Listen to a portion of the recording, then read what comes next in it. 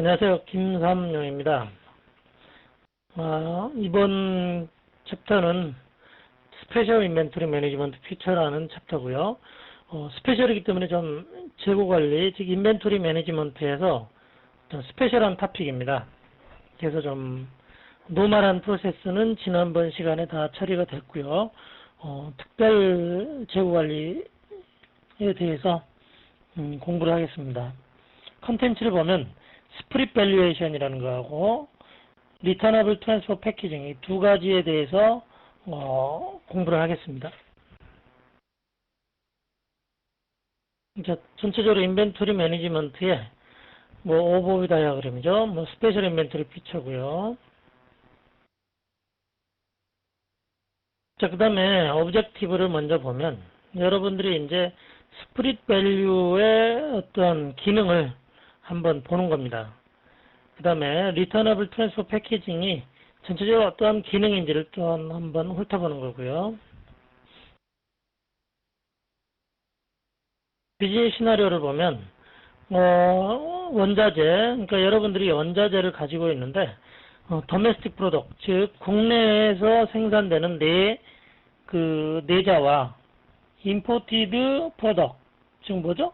수입하는 외자인 경우죠. 내자와 외자를 동일하게 여러분들이 원자재로 관리를 한다는 얘기죠. 그런데 일반적으로 보면 이 도메스틱 프로덕트 내자보다는 외자가 훨씬 더 원가가 비싸죠. 단가가 비싸죠. 그래서 여러분들은 이러한 것들을 좀 밸류에이션을 나눠서 해야 된다는 얘기죠. 하지만 여러분들은 이 두 개의 저제에 대해서 하나의 머티리얼 타입을 이용해서 두 개의 밸류에이션을 할 수 있는 그러한 기능들을 SAP를 통해서 한번 알아봐야 된다는 얘기입니다. 그래서 그런 기능이 결국은 스프릿 밸류에이션이다라는 거고요. 자, 그 다음 또 한 가지는 사무용 자재처럼 오피스 서플라이처럼 사무용 자재처럼 뭔가 수량만 관리를 하고 밸류를 관리하고 싶지 않은 그러한 머티리얼들은 또 어떻게 SAP에서 관리를 하는지. 그래서 이러한 것들은 non-valuated라는 머티리얼 타입을 가지고 SAP에서는 또 관리를 합니다. 그래서 이러한 non-valuated 머티리얼 타입에 대해서는 또 어떤 기능인지를 여러분들이 이 시간을 통해서 알아보는 그런 경우라고 할 수 있겠습니다. 자, 다음은 이제 스프릿 밸류에이션에 대해서 좀 더 디테일하게 설명을 드리겠습니다. 스프릿 밸류에이션은 조금 전에 설명드렸듯이 일반적으로 하나의 머티리얼 코드를, 그러니까 결국은 머티리얼 코드는 하나예요. 머티리얼 넘버는 한 개의 머티리얼 코드 넘버를 가지고 뭔가 재고자산 평가를 또 다른 기준에 의해서 하겠다는 얘기죠.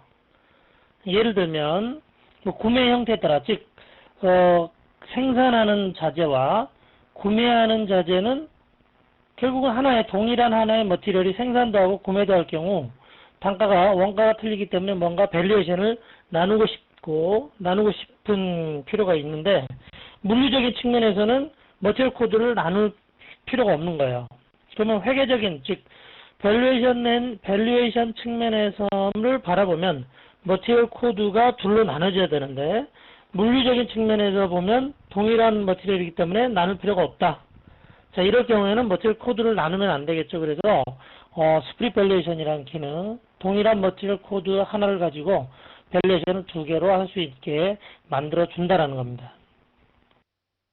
그래서 이러한 경우들은 지금 구매 형태, 즉 생산과 구매를 동시에 할 때, 또는 어느 나라에서 구매를 하느냐, 컨트리 오브 오리진, 즉 이탈리아와 스위스랜드에 수입을 할 때 두 나라에서 구매하는 원가가 상당히 코스트가 비용이 틀리다는 얘기죠. 그럴 경우 재고자산을 또한 평가를 좀 틀리게 하고 싶다라는 거고요. 그 다음에 또 한 가지는 퀄리티 부분입니다.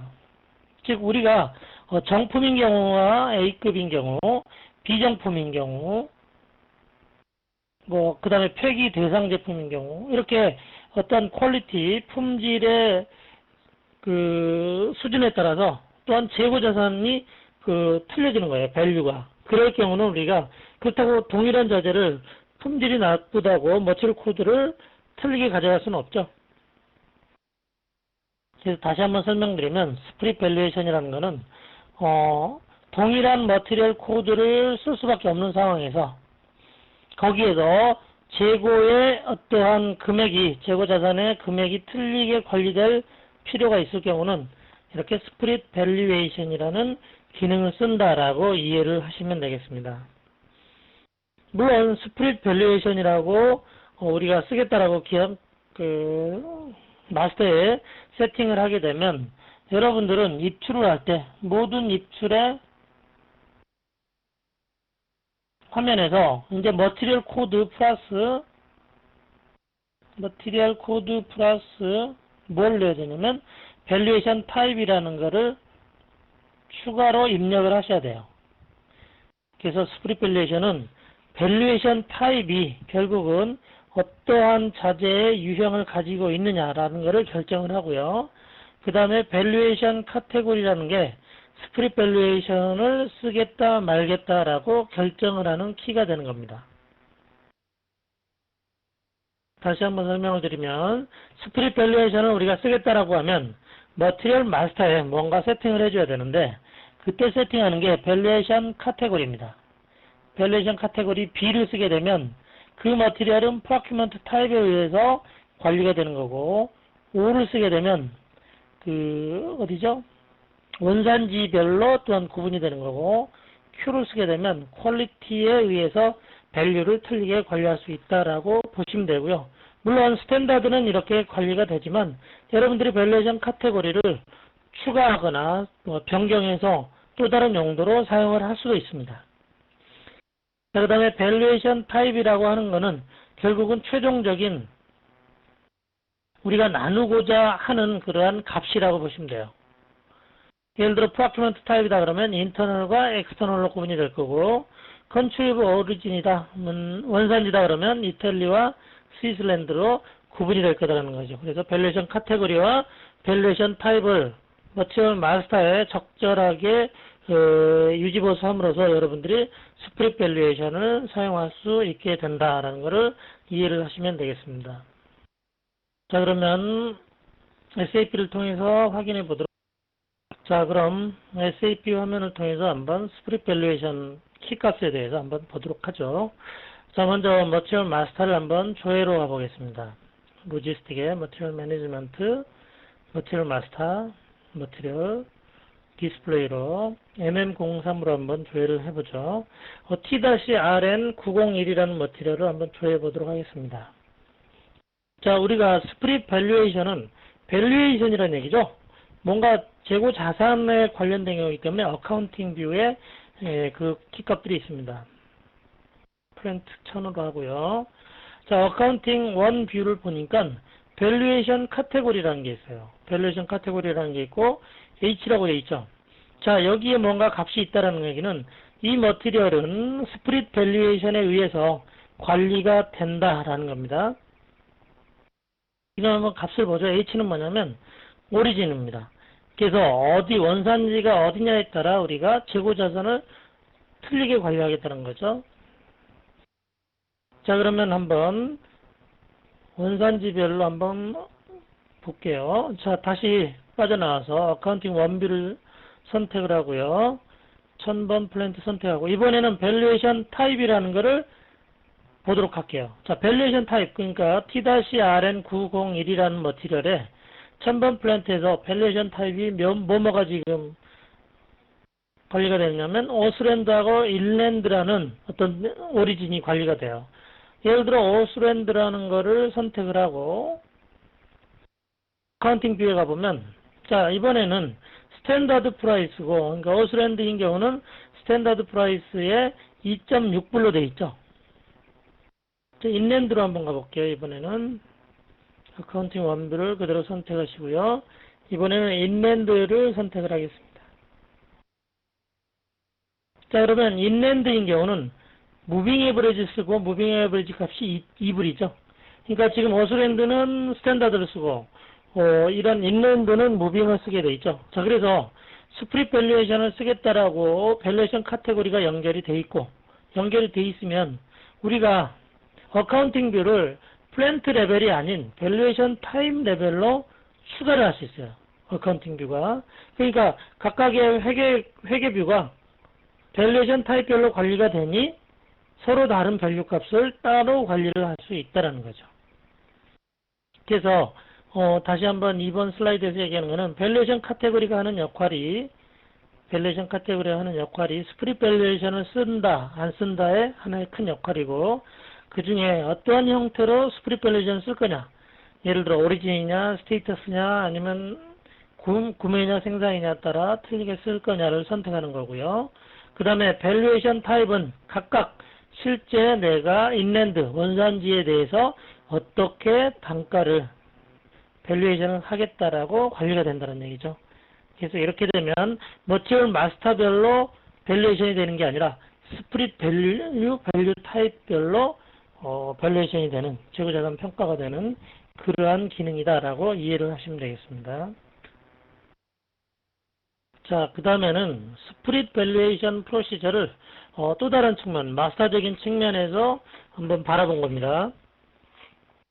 자, 예를 들면 플랜트 0001번에 머티리얼 1번이 스프릿 밸류에이션을 쓴다라고 관리가 되어 있으면, 자, 어카운팅 뷰가 여러 가지로 생기죠.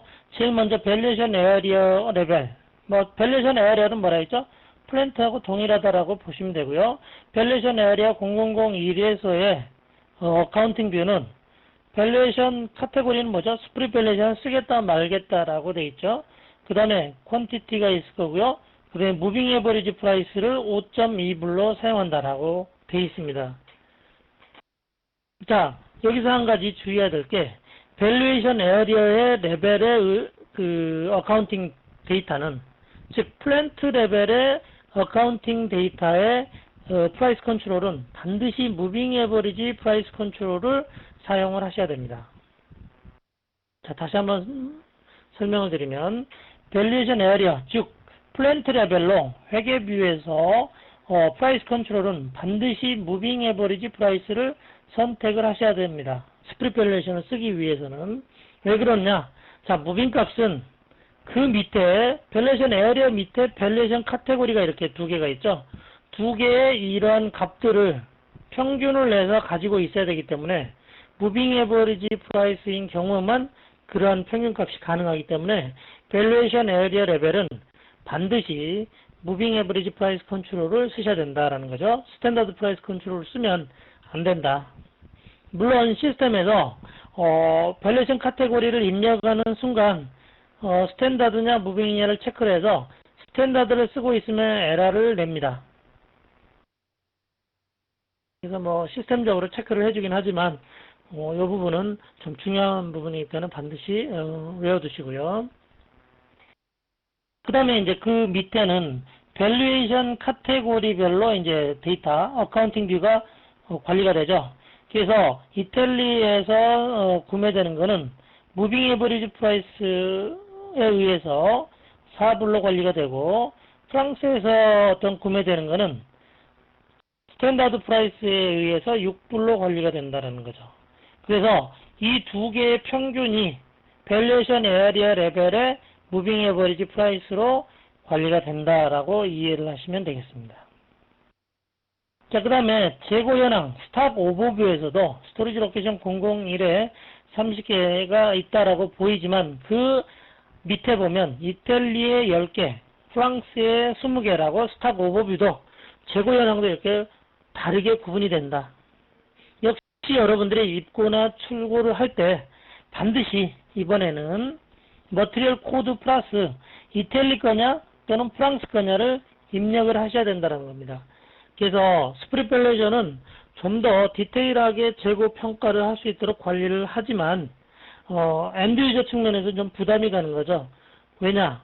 스프릿 밸류에이션을 쓰지 않으면 머티리얼 코드만 치게 되지만 스프릿 밸류에이션을 쓰게 되면 머티리얼 코드 플러스 밸류에이션 타입을 치셔야 된다는 얘기죠. 그래서 여러분들이 좀 신중하게 스프릿 밸류에이션을 쓸 거냐 말 거냐를 또한 고민을 하셔야 됩니다. 자, 그래서 이번 슬라이드는 어떤 얘기를 나타내냐면, 여러분들이 이제 밸류에이션 카테고리와 밸류에이션 타입에 대해서 설명을 들으셨어요. 밸류에이션 카테고리는 뭐라 했죠? 자, 특정 머티리얼이 스크립 밸류에이션이 쓸 거냐 말 거냐를 관리하고, 쓰면 어떤 형태로 쓸 거냐를 관리하는 게 밸류에이션 카테고리라 했죠. 그 다음 밸류에이션 타입은 뭐라 했죠? 실제 값들이 들어간다 했죠. 예를 들어 원산지로 밸류에이션 카테고리를 정했으면 실제 원산지 어느 나라라 원산지를 관리하는 게 밸류에이션 타입이라 했어요. 그래서 밸류에이션 카테고리는 스프릿 밸류에이션을 쓸 거냐 말 거냐를 결정하고, 밸류에이션 카테고리를 쓰게 되면 그 다음에 실제 밸류에이션 카테고리에서 결정된 실값들을 밸류에이션 타입에 연결을 한다라는 겁니다. 그래서 보시면 오리진이다라고 하면 밸류에이션 타입은 USA라든지 이탈리 이러한 값들이 들어갈 거고요. 프로큐먼트 타입에 의해서다 그러면 밸류에이션 타입은 인터널 또는 엑스터널이라는 어떤 예들이 들어갈 거고, 퀄리티다 그러면 뭐 U라든지 디펙티브라든지 이런 값들이 밸류에이션 타입으로 이용될 거다. 그래서 여기서 보시면 밸류에이션 카테고리와 밸류에이션 타입을 좀 더 정확하게 정의를 했죠. 자, 그 다음에 여기 보시면 이제 로컬이라는 게 있고요. 글로벌이라고 있는데, 이거는 이제 IMG, 즉 커스터마이징에서 밸류에이션 카테고리와 밸류에이션 타입을 정의를 하는 방법을 간략하게 설명을 한 겁니다. 기본적으로 밸류에이션 카테고리와 밸류에이션 타입은 글로벌 레벨에서, 즉 밸류에이션 에어리어와 상관없이 글로벌 레벨에서 생성이 됩니다.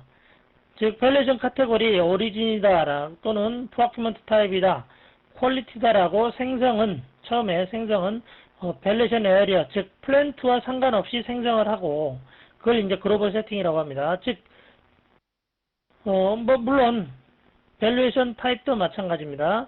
밸류에이션 타입도 플랜트와 상관없이 이렇게 밸류에이션 카테고리와 같이 생성이 됩니다. 그리고 밸류에이션 카테고리에 의해서 밸류에이션 타입끼리 이렇게 연결이 됩니다. 매핑이. 그걸 이제 글로벌하게 이렇게 생성을 하고요. 그 다음에 필요한 게, 자 그러면 1000번 플랜트, 예를 들어 0001, 0002, 0003번 플랜트별로 어떤 밸류에이션 카테고리를 사용할지를 결정합니다. 그래서 예를 들어 0001이라는 플랜트에서는 오리진이라는 밸류에이션 카테고리와 프로큐먼트라는 밸류에이션 카테고리만 사용하겠다라고 하게 되면 로컬 데피니션이 된다라는 거죠. 뭐 이제 어떠한 얘기인지를 이해를 하셨죠? 다시 한번 설명드리면, 밸류에이션 카테고리와 밸류에이션 타입은 플랜트, 즉 밸류에이션 에어리어에 전혀 상관없이 먼저 디파인을 합니다. 디파인을 하고, 그 다음에 첫 번째는 이제 글로벌 레벨로 하고, 그 다음에 로컬 레벨에서는, 자 그러면 나는 플랜트 0001번에서는 밸류에이션 카테고리 오리진과 프로큐먼트를 쓰겠다. 0003번에서는 프로큐먼트와 퀄리티에 대한 밸류에이션 카테고리를 쓰겠다라고 디파인 하는 게 결국은 스프릿 밸류에이션의 커스터마이징 순서다라고 이해를 하시면 되겠습니다. 자, 다음은 그러면 이제 커스터마이징에서 밸류에이션 카테고리와 밸류에이션 타입을 디파인 하는데 어떤 그런 스텝 바이 스텝을 좀 더 디테일하게 설명을 드리도록 하겠습니다. 그래서 스프릿 밸류에이션에 대한 세팅 사항들을 보면 제일 먼저 해야 되는 게 define global type입니다. 제일 먼저 글로벌 타입들을 결정을 하고요. 물론 업무적으로는 먼저 글로벌 타입과 글로벌 카테고리와 뭐 로컬 데피니션이 다 끝난 다음에 이러한 커스터마이징 작업이 들어가겠죠. 그래서 제일 먼저 글로벌 타입을 결정합니다. 즉 제가 밸류에이션 카테고리에 따라 인터널이냐 엑스터널이냐 또는 뭐 오리진이다 그러면 어떤 오리진을 관리할 거냐를 정의를 하겠죠.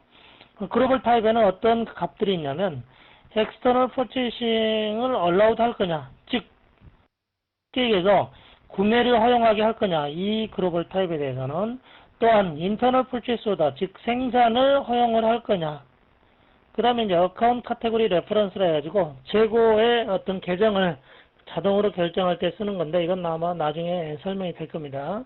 그래서 구매와 생산을 허용할 건지 말 건지들을 글로벌 타입별로, 밸류에이션 타입별로 이렇게 결정한다는 얘기입니다.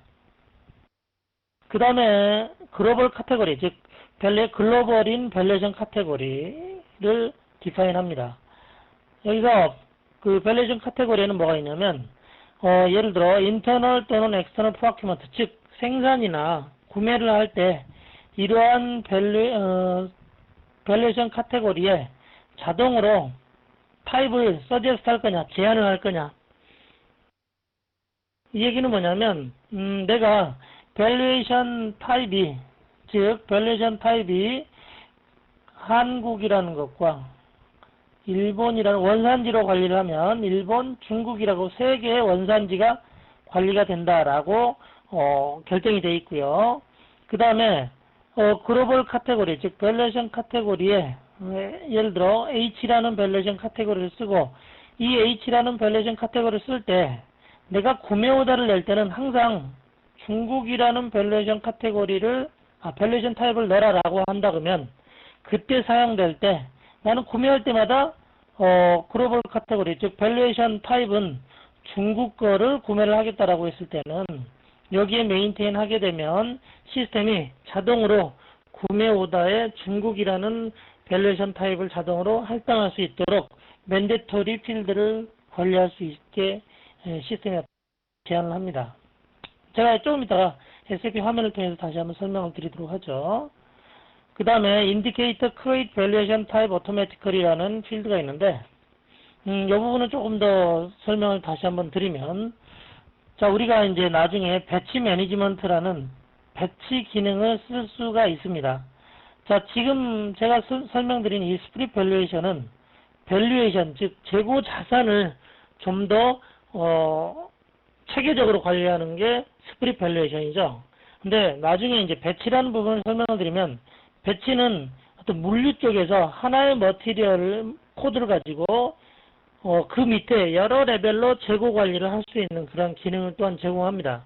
그래서 이 배치와 연동돼서 이 Create Automatically라는 인디케이터를 체크를 하게 되면 배치와 스프릿 밸류에이션을 같이 연동해서 사용할 수 있는 그런 키값이다라고 이해를 하시면 되겠습니다. 그래서 나중에 다음번에 아마 배치 얘기를 할 때 이런 얘기들이 다시 한번 거론이 될 겁니다. 그 다음에 자 그러면 글로벌 타입을 결정을 했고 글로벌 카테고리를 결정을 했다. 그 다음에 할 일은 로컬입니다. 로컬.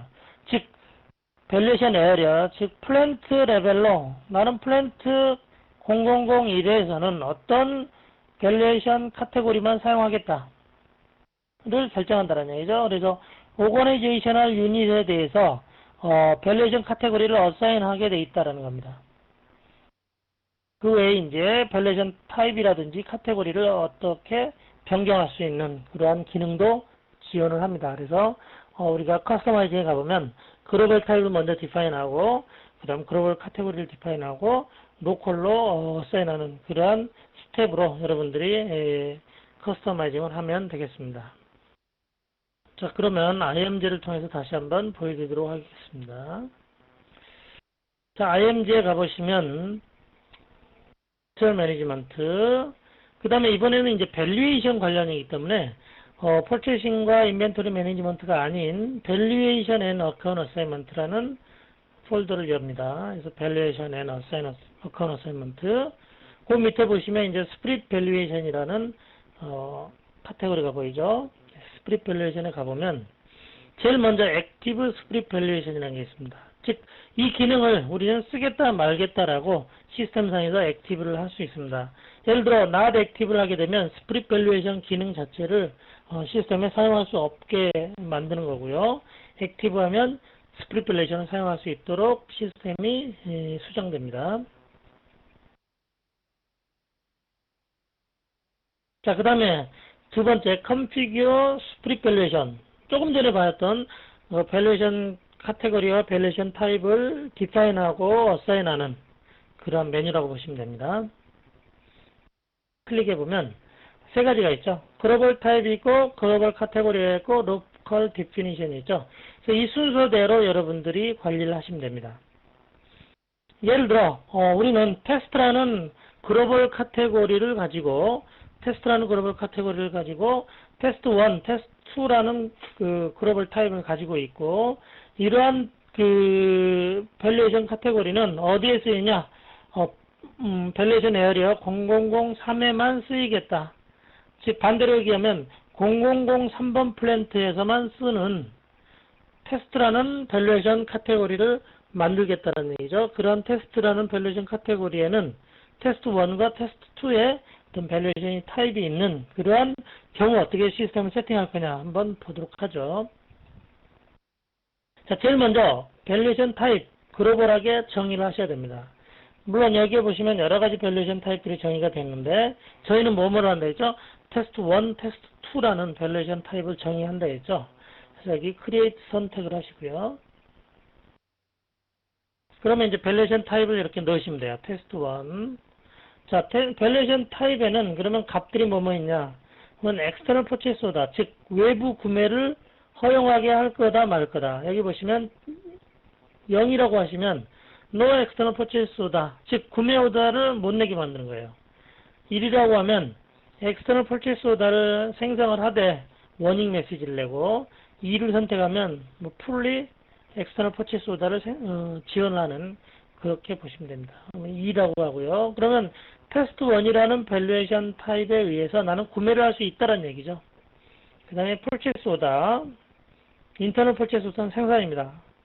생산 안 하겠다라고 하고요. 어카운트 카테고리 레퍼런스라는 재고 자산의 계정을 결정하는 그 값들을 또 여기 할당할 수 있습니다.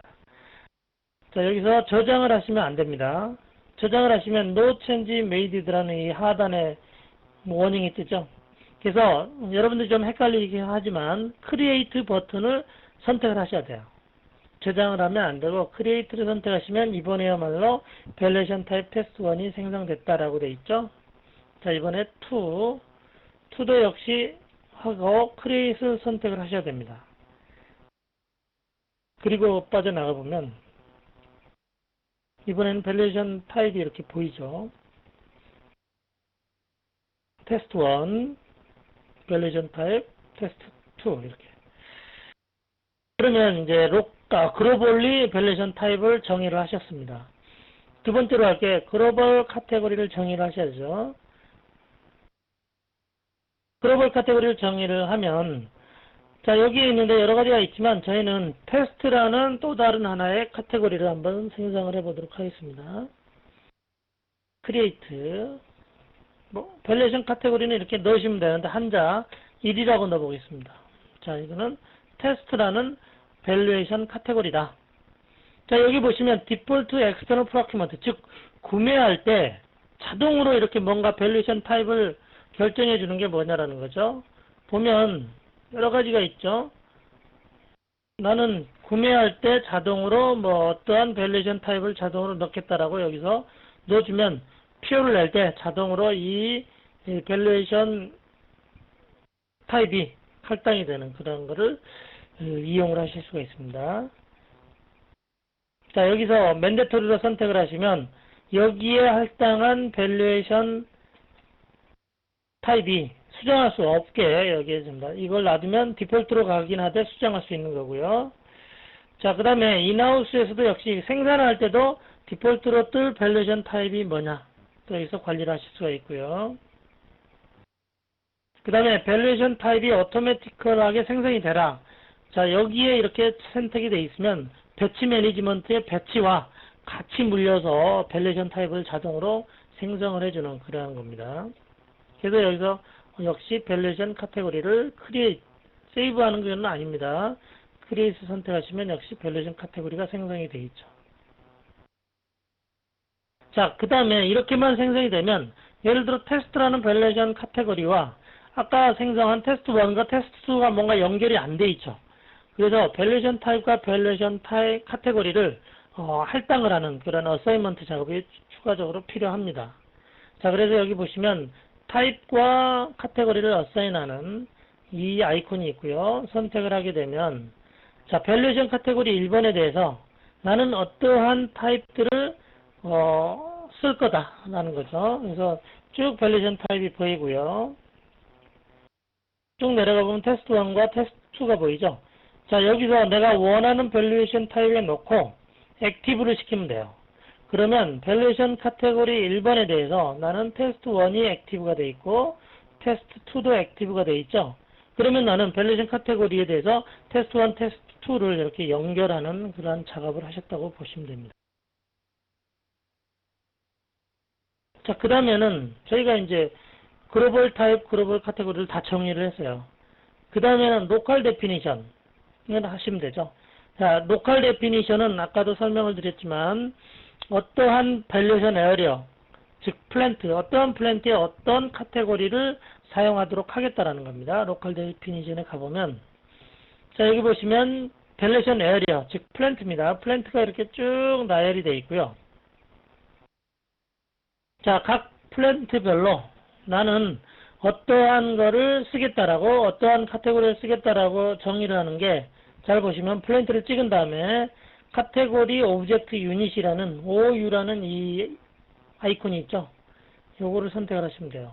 다시 한번 설명드리면, 내가 원하는 오브젝트, 밸류에이션 에어리어에 마우스를 갖다가 찍고요. 그 다음에 카테고리 OU라는 이 인디케이터를 체크를 하시면 됩니다. 또는 가보시면 로컬 데피니션의 카테고리 OU F7을 누르셔도 되고요. 자, 한번 클릭을 하면 자, 지금 현재 밸류에이션 에어리어 1000번, 즉 플랜트 1000번에 BCH라는 게 액티브가 돼 있어요. 즉 반대로 얘기하면 플랜트 1000번에서는 밸류에이션 카테고리 B와 C와 H를 쓸 수 있고요. 제가 조금 전에 생성한 1도 같이 쓰겠다라고 하면 1번에 마우스를 클릭하시고요. 액티브를 시키시면 돼요. 그러면 1번이 액티브가 추가로 된 거죠. 자, 그 다음에 로컬 카테고리 가보면 1번이 액티브가 돼 있고 여기서 수정할 수도 있고요. 그 다음에 로컬 타입에 가보시면 관련된 것들이 있고요. 자, 그래서 여러분들이 이제 전체적으로 글로벌 타입을 정의했고 글로벌 카테고리를 정의했고 로컬 데피니션을 정의함으로써 전체적으로 스프릿 밸류에이션에 대한 커스터마이징 사항들을 전부 세팅한 거라고 보시면 되겠습니다. 자, 그러면 지금까지 이제 IMD에 대해서 이렇게 다 전부 세팅을 전부 끝냈죠. 자, 그러면 이제 추가적으로 한번 스프릿 밸류에이션을 사용하는 머티리얼을 한번 만들어 보기도 하고요. 그 다음에 스프릿 밸류에이션에 의해서 한번 입고도 잡아보고 구매도 한번 해보는 그러한 시간을 갖도록 한번 해보겠습니다. 자, 제일 먼저 한번 저희가 시스템에서 실제로 관련되어 있는 머티리얼을 한번 조회를 해보고요. 그 다음에 PO를 한번 내보고 그 다음에 거기에 대해서 한번 입고를 잡아보도록 하겠습니다. 자, 머티리얼을 아까 조회했던 그 머티리얼 T-RN901이라는 머티리얼 한번 조회를 한번 해보죠. 어카운팅 데이터를 보고요. 1000번이라는 조직에 자, H로 관리가 되고요. H로 관리가 됐고 그 다음에 각 밸류에이션 타입별로는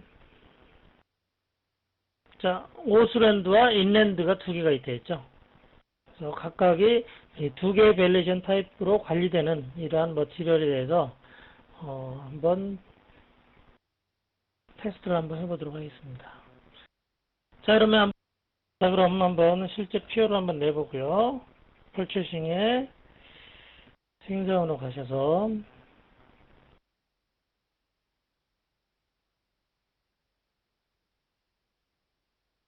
PO를 내보도록 하겠습니다.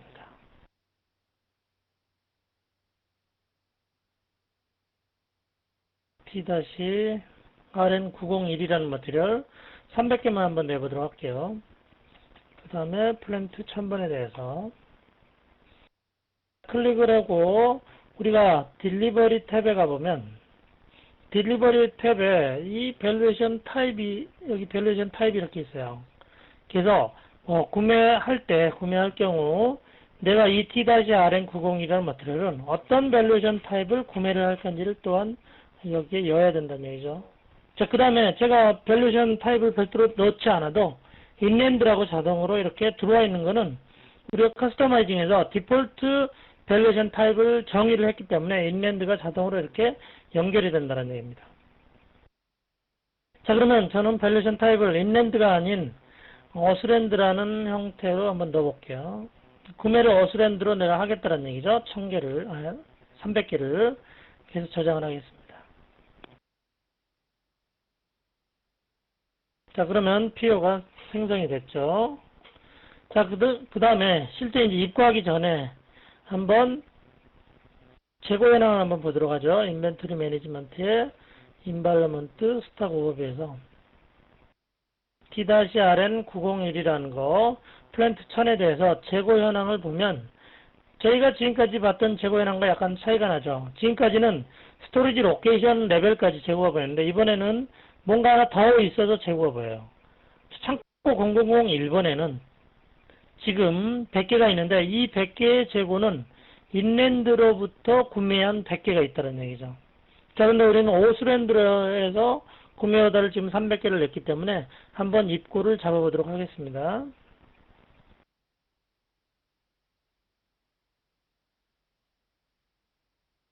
자, 곧 리셋 MIGO에서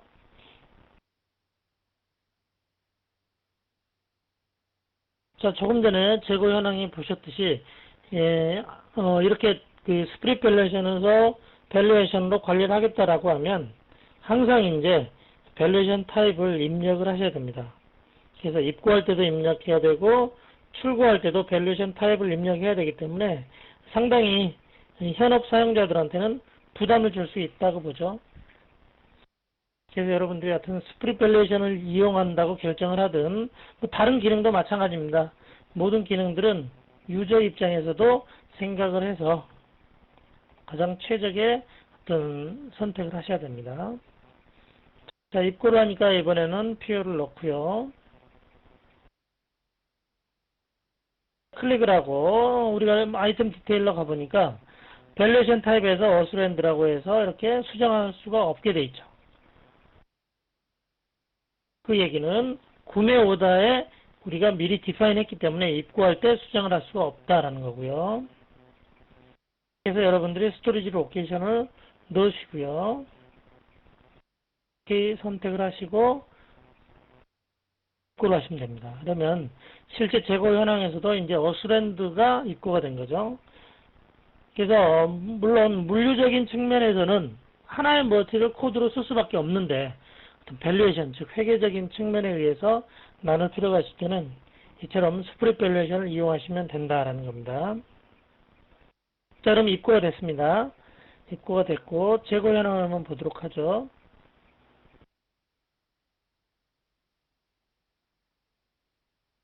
재고 현황 MMB를 보니까 이번에는 인랜드 플러스 어스랜드에 300개가 이렇게 입고가 된 것을 확인하실 수가 있죠.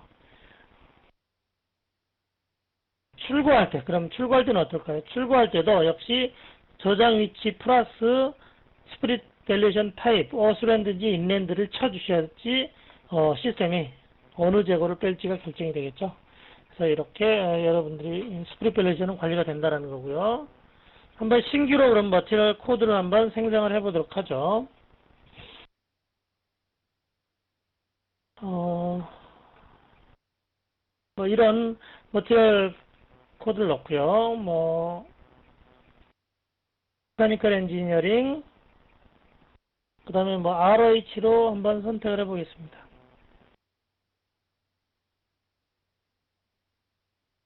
로 머티리얼. 자, 그리고 베이직 1, 풀체싱, 제너럴 어카운팅을 선택해보죠. 자, 플랜트 1000번에 대해서. 자, 스프릿 밸류에이션을 관리하는 어떤 머티리얼을 만드는 겁니다. 자, 그냥 와이어라고 하고요. 와이어. 그 다음 머티리얼 그룹 001을 선택하시고요. 퍼체싱 그룹. 자, 여기까지는 별 차이는 없습니다. 자, 어카운팅 뷰에서 밸류에이션 카테고리를 반드시 만드셔야 된다는 얘기죠. 밸류에이션 카테고리, 예를 들어 오리진이라고 하고요. 그 다음에 밸류에이션 클래스 3000을 쓰도록 하겠습니다. 자, 무빙 에버리지 프라이스를 스탠다드로 한번 바꿔볼게요. 스탠다드 프라이스를 하고 엔터를 선택을 하면, 자, 여기 보시면 only price control V is possible for split valuation이라고 되어 있죠. 그래서 split valuation을 쓰게 되면 valuation area 레벨의 데이터는 반드시 무빙을 써야지만 가능하다라는 겁니다. 그렇게 저장을 하고요. 자, 이렇게 저장을 하게 되면 또다시 스프릿 밸류에이션을 썼기 때문에 또다시 회계비를 만들 수가 있어요. 카운팅 1에 보면, 물론 플랜트만 선택하고 엔터를 치면 already maintain 돼 있다고 나오겠죠. 하지만 우리가 메인테인 해야 될 거는 그 밑에 있는 밸류에이션 타임 레벨로 해야 된다는 얘기죠. 그래서 예를 들어 오스랜드일 경우 선택을 하면 밸류에이션 화면을 다시 한번 여러분들이 메인테인 할 수 있다는 얘기죠. 3000에서는 무빙 에버리지 값을 10불로 쓰고요.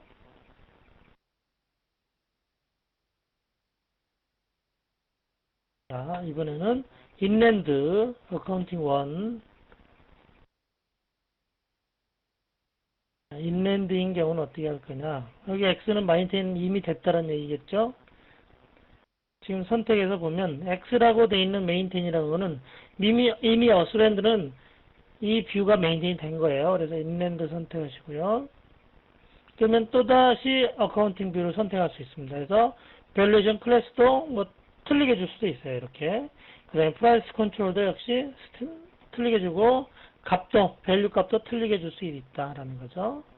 그리고 저장을 하게 되면 스프릿 밸류에이션을 사용하는 T-RNA01이라는 머티리얼을 밸류에이션 타임 레벨로 여러분들이 이제 이용을 하게 관리가 될 수 있도록 마스터가 생성됐다라고 보시면 되겠습니다. 그래서 전체적으로 보면 스프릿 밸류에이션에 대해서 여러분들이 쭉 한번 시스템 세팅상이라든지 아니면 마스터 세팅상, 그 다음에 구매하고 입고하면 어떠한 형태로 관리가 되는지를 한번 배우셨습니다. 다음은 Returnable Transport Packaging이라는 준말로는 RTP 재고라고 합니다. Returnable Transport Packaging이라는 어떤 기능인데 쉽게 얘기하면 어떤 기능이냐면 우리가 팔렛이 있죠. 가장 예를 들기 쉬운 게 팔레트 재고입니다. 자, 근데 우리가 구매를 할 때 구매 자체를 팔레트를 구매하진 않아요. 팔레트는 단순히 배송을 하고 또는 납품하기 위한 도구지 구매한 도구는 아니기 때문에 나중에 이 팔레트는 회수를 해줘야 된다는 얘기죠. 물론 우리나라에서는 이제 KPP 해가지고 공용 팔레트 풀로 관리하는 회사가 이 팔레트를 관리를 하고 우리는 그런 여러 업체들이 그런 팔레트를 관리를 하지만 예를 들어 벤더가 이런 팔레트를 우리한테 납품을 하지 않고 운송 수단으로만 갖다 주면 우리 회사에서는 이 팔레트의 재고를 관리를 해야 되겠죠. 그래서 그걸 관리하는 게 이 RTP, 트랜스포트 패키징이라는 기본적인 기능이고요. 그 다음에 재고 자산은 늘지는 않습니다. 재고 자산은 늘지는 않지만 벤더 누구로부터 팔레트가 몇 개가 어느 플랜트에 있다라고 하는 어떤 관리를 할 수 있게 하는 게 RTP다라는 겁니다. 그래서 물론 반대인 경우도 있어요. 커스터머 RTP도 있지만 우리가 여기 MM이기 때문에 MM에서는 벤더와 관련된 Returnable Transport Packaging이다라는 거고요. 그 다음에 우리가 재고 현황을 보면 이제는 RTP 레벨로, 즉 벤더 레벨로 이렇게 팔레트가 몇 개가 있다라고까지 여러분들이 관리를 할 수 있다라는 겁니다. 그 다음에 스페셜 스타일로 우리가 인디케이터가 체크가 된다라는 게 좀 차이점이 있고요. 그 다음에 구매 오더를 낼 때 팔레트는 별도의 구매 오더를 내지 않는다라는 것을 좀 이해를 하시면 되겠고요.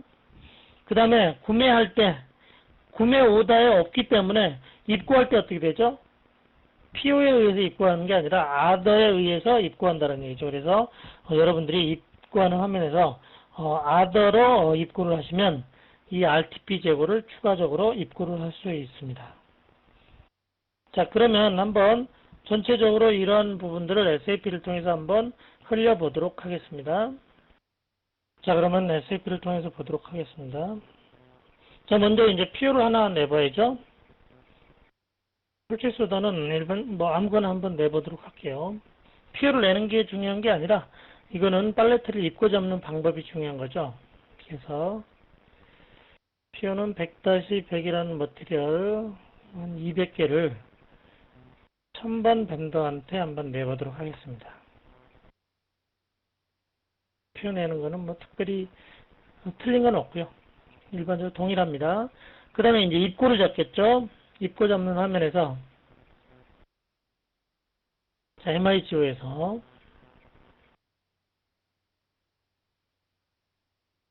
자, 입고 잡을 때 RTP 즉 팔레트는 PO에 없었기 때문에 입고를 라인 아이템으로 나타나진 않죠.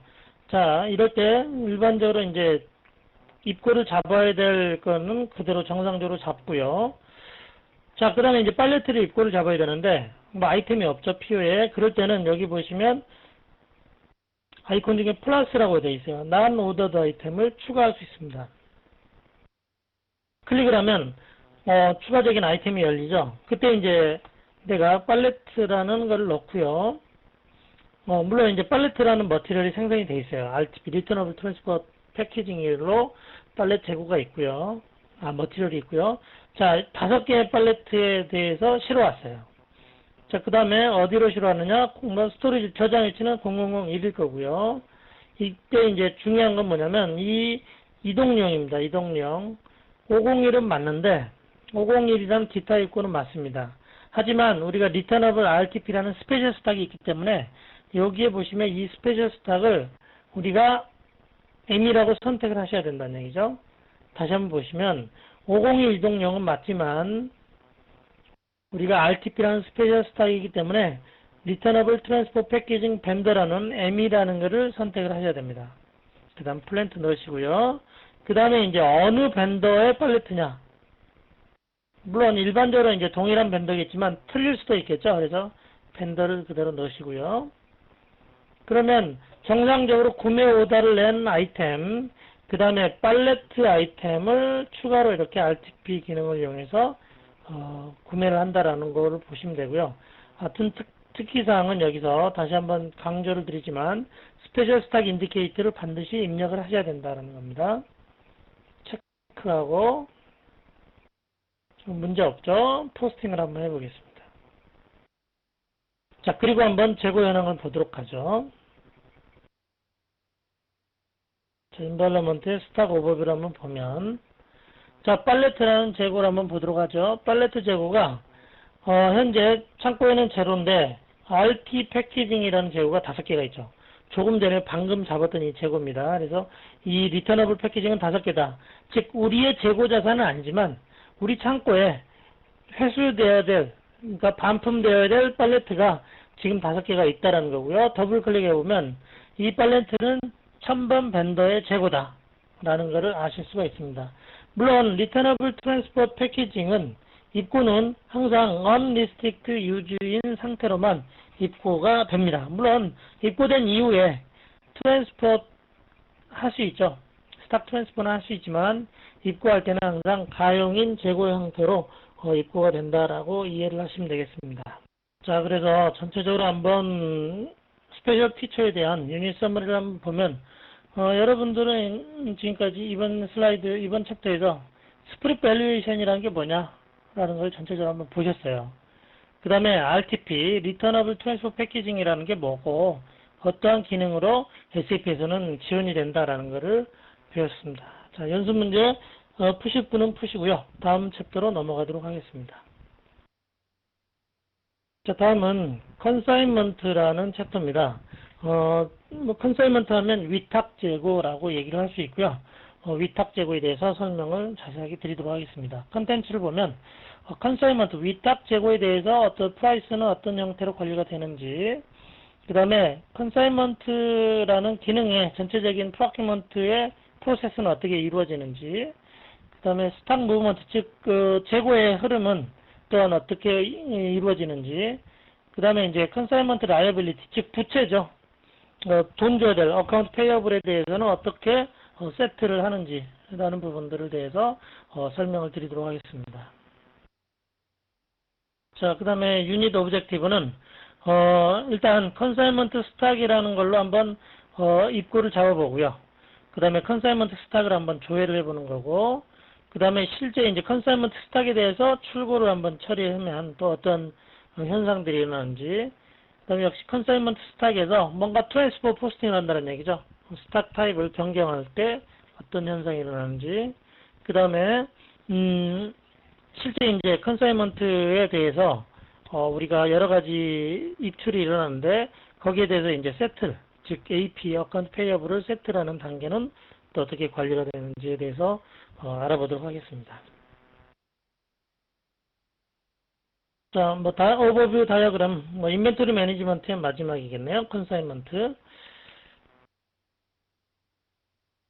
자, 비즈니스 시나리오를 보면, 여러분들의 회사가, 두 개의 서로 다른 벤더로부터, 머티리얼을 컨사인먼트 형태로 어떤 제공을 받는다라는 얘기죠.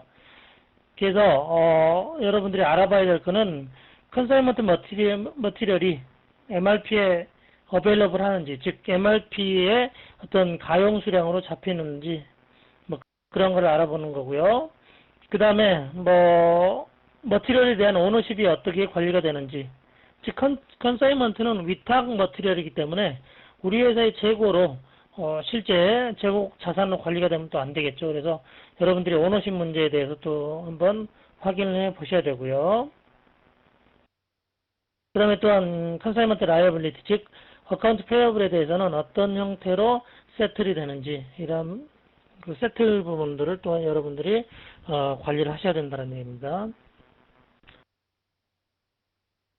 그러면 벤더 컨사인먼트 굿, 자 반대로 생각하면 커스터머 컨사인먼트도 있습니다. 우리가 벤더의 역할을 하면서 컨사인먼트의 형태는 커스터머 컨사인먼트인데 MMA 입장에서 보면 우리는 어떤 벤더로부터 위탁 재고를 공급받아서 관리하기 때문에 벤더 컨사인먼트의 형태는 어떤 식으로 구성이 되는지를 한번 보여주겠습니다. 자, 제일 먼저 컨사인먼트를 관리하기 위해서는 마스터 데이터가 필요합니다. 즉 컨사인먼트 인포 레코드라고 하는 어떤 인포 레코드가 별도로 관리가 되어야 된다는 얘기죠. 그래서 아마 기억이 나실지 모르지만 인포 레코드 크리에이트 가는 가장 초기 화면에 제일 하단에 보면 그 인포 레코드 카테고리가 있어요. 스탠다드냐 컨사인먼트냐 라고 하는 인포 레코드 카테고리가 있는데 역시 컨사인먼트도 가격이 인포 레코드로 관리가 된다라는 겁니다. 자, 그 다음에 폴체싱에 구매를 할 때 이거는 컨사인먼트는 좀 더 스탠다드 프로세스가 아니죠. 구매 조달 특별하기 때문에 아이템 카테고리에 뭔가 들어갑니다. 그래서 K가 들어갑니다. 그래서 아이템 카테고리에 K가 들어가면 이 구매는 컨사인먼트, 즉 위탁에 의한 구매다라고 시스템이 이해를 한다는 얘기죠. 그래서 아이템 카테고리에서 구매를 하고요. 그 다음에 인벤토리 매니지먼트 측면에서 이제 입고를 잡겠죠. 자, 입고를 잡으면 어베일러블한 수량은 증가가 돼요.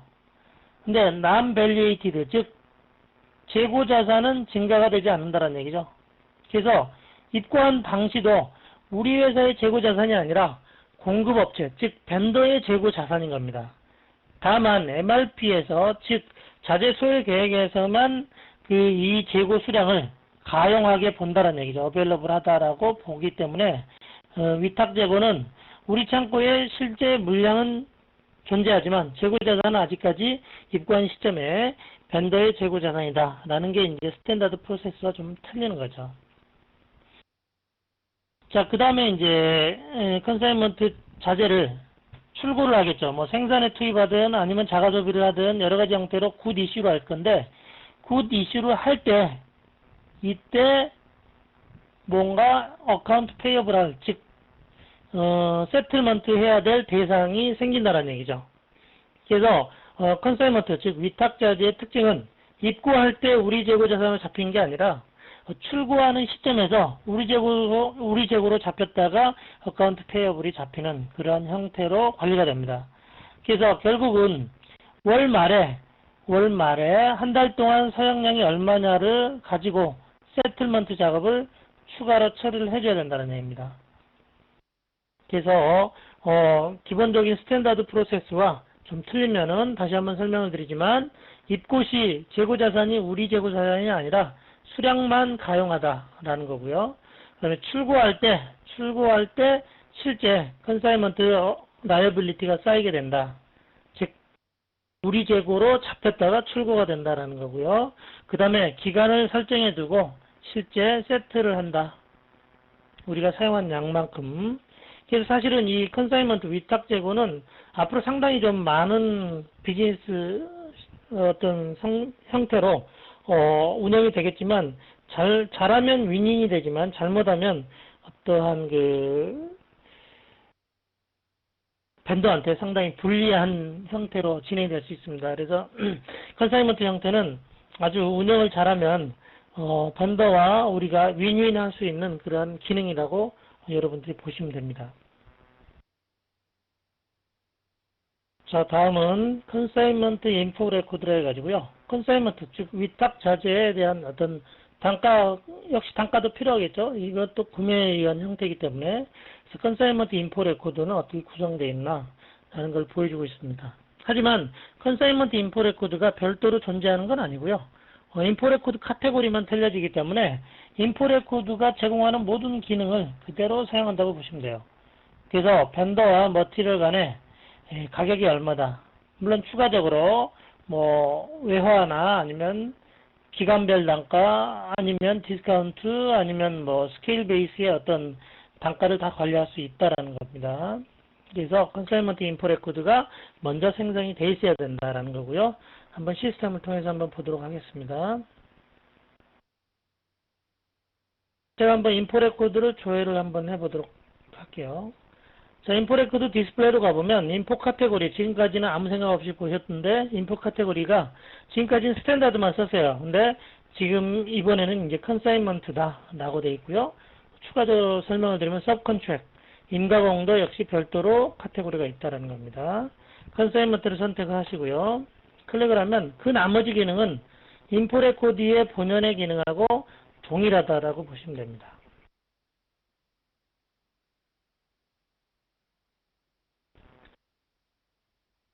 그 다음 슬라이드는 컨사이먼트 스탁에 대해서 설명을 드리는데요. 이번 슬라이드의 가장 큰 목적은 뭐냐면, 예를 들어 우리가 머티리얼 MAT 1번이라는 머티리얼을 이용하는데, 이 머티리얼은 위탁 재고로도 관리가 되고 그냥 위탁이 아닌 우리의 재고로도 관리가 될 수도 있다는 얘기죠. 자, 예를 들어 그 다음에 위탁인 재고도 벤더 밀러와 벤더 스미스, 즉 업체가 두 군데로부터도 위탁을 받을 수도 있다라는 거고, 그러한 게 재고 관리에 별도로 이렇게 역시 관리가 된다라는 겁니다. 그래서 컨사이먼트 재고 역시 플랜트 밑에, 스토리지 로케이션 밑에 이렇게 위탁의 형태로 업체별로 관리가 된다라는 것을 보실 수가 있습니다. 그래서 동일한 스토리지 로케이션 밑에서 별도로 그 위탁 업체별로 별도로 관리가 된다라는 거고요. 그 벤더 컨사이먼트 머티리얼에 의해서 여러분들이 별도로 레포팅을 할 수도 있습니다.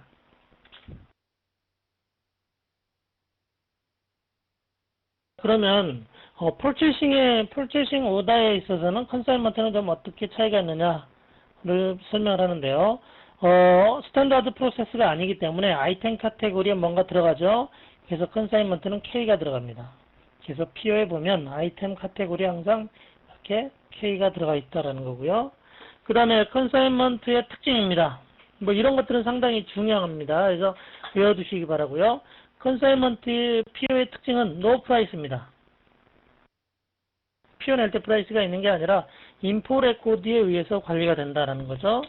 그 다음에 노 프라이스니까 역시 노 컨디션이고요. 그 다음에 노 IR, 인보이스를 받는 게 아니라 뭔가 세트를 한다는 얘기죠. 그 다음에 GR 리콰이어드다 라는 게 좀 컨사이먼트의 특징이다라고 보시면 되겠습니다. 한번 그러면 실제 한번 PO를 SAP를 통해서 한번 내보도록 하죠. 자, 그럼 SAP 화면으로 넘어가겠습니다. 자, 먼저 PO를 한번 생성을 해보죠. Create Vendor None으로 보시고요. 우리가 이제 컨사이먼트 인포 레코드를 확인했기 때문에 그 인포 레코드가 있는 그런 벤더와 그런 머티리얼을 쓰겠습니다. T-K10B01이라는 벤더를 쓰고요. 그 다음에 아이템 카테고리 가장 중요하죠. 아이템 카테고리가 K라고 했어요. 컨사인먼트. 그 다음 머티리얼은 T-RNC01이라는 머티리얼이고요. 500개를 발주를 내겠습니다. 자, 그리고 플랜트를 치고 엔터를 한번 쳐보겠습니다. 그러면 컨사인먼트만의 어떤 특징이 나타나죠. 프라이스가 없죠. 컨디션이 없죠. 여기에 이제 인포 레코드만 가지고 있을 뿐이지 실제 컨디션은 없다라는 겁니다. 그리고 저장을 하겠습니다. 자, 반대로 인포 레코드가 없으면 컨사인먼트 오더를 생성할 수가 없습니다. 당연한 얘기겠죠. 그러면 PO가 생성이 되고요. 자, 그 다음에 PO가 생성이 된 다음에 한번 재고 현황을 한번 보도록 하겠습니다. 스탁 오버뷰를 한번 보면 현재 재고는 다 제로입니다. 자, 제로인 상태고, 그럼 한번 입고를 한번 잡아보도록 하겠습니다. 인벤토리 매니지먼트의 군 무브먼트의 MIGO. 컨사인먼트라 해서 특별히 틀리게 입고가 잡히지는 않고요. 동일한 화면에서 입고가 잡힙니다. 자, 입고를 잡은데 단지 입고의 형태가 약간 틀린 게 여기 보시면 스페셜 스탁이라고 해서 뭔가 K가 이렇게 붙어 있죠.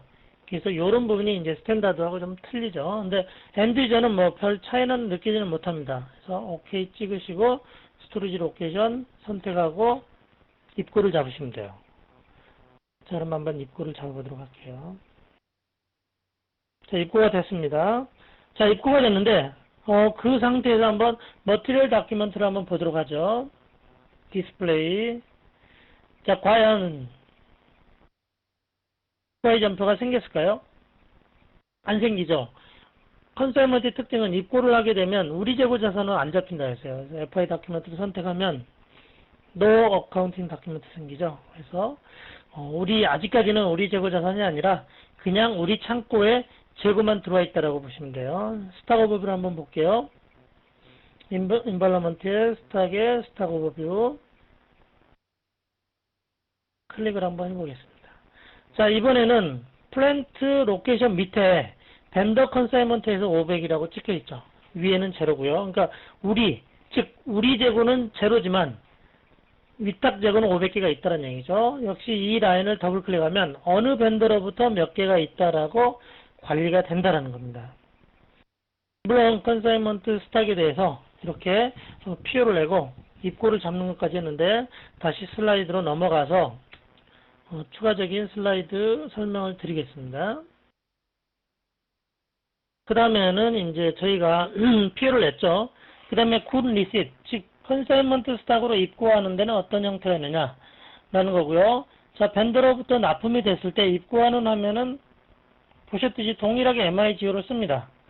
MIGO를 쓰고 입고하는 스탁 타입은 가용재고 언리스트릭트 유즈 스탁도 가능하고 블락드도 가능하고 퀄리티 인스펙션 스탁도 가능하다라는 거고요.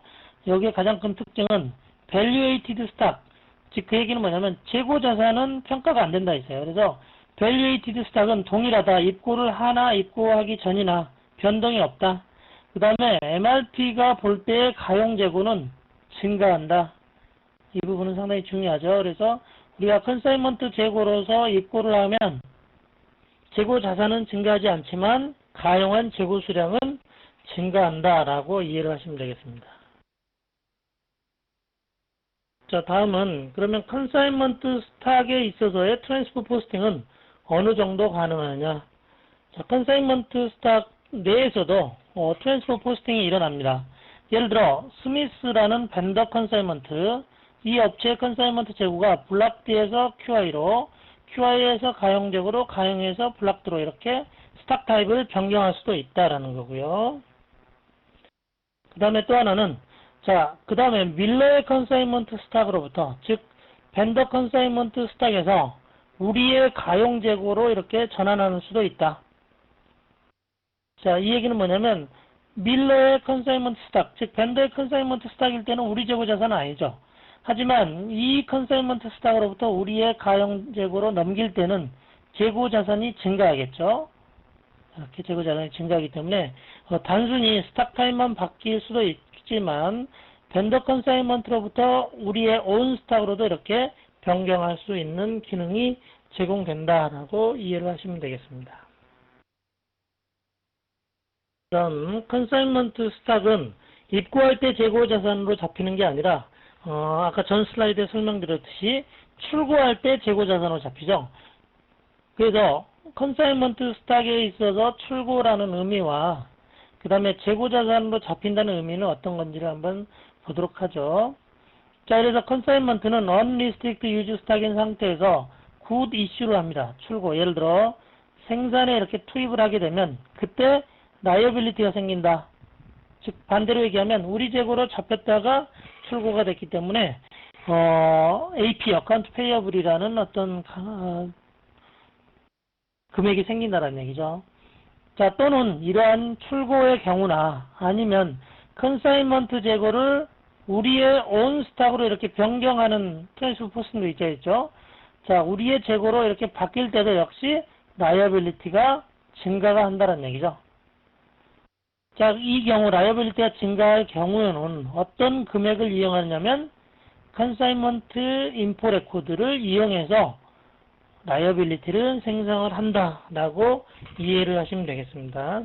다시 한번 설명드리면 우리가 필요를 내고 입고할 때까지 재고자산이 변동하지 않고 수량만 변동되기 때문에 자, 그러면 우리가 벤더한테 줄 돈이 생기는 그런 경우는 어느 때냐라고 하는 부분인데 출고를 떨 때와 즉 GI를 할 때와 그 다음에 컨사인먼트 재고로부터 우리의 재고로 온 스탁으로 스탁 트랜스퍼를 한 경우에 라이어빌리티가 생성이 돼서 관리가 된다라는 겁니다. 그 다음에 라이어빌리티는 컨사인먼트 인포 레코드에 의해서 금액이 확정이 된다라고 이해를 하시면 되겠습니다. 자, 그 다음에 세틀먼트라는 부분인데요. 그러니까 우리가 굿 이슈를 할 때나 아니면 우리의 온 스탁으로 스탁 트랜스퍼를 할 때, 트랜스퍼 포스팅을 할 때 무언가 어떤 라이어빌리티가 생긴다 했는데 이러한 라이어빌리티는 세틀먼트에 의해서 처리가 된다는 얘기죠. 그래서 기존의 스탠다드 프로세스는 벤더가 인보이스를 발행을 했죠. 인보이스를 쭉 발행해서 우리한테 통보를 했죠.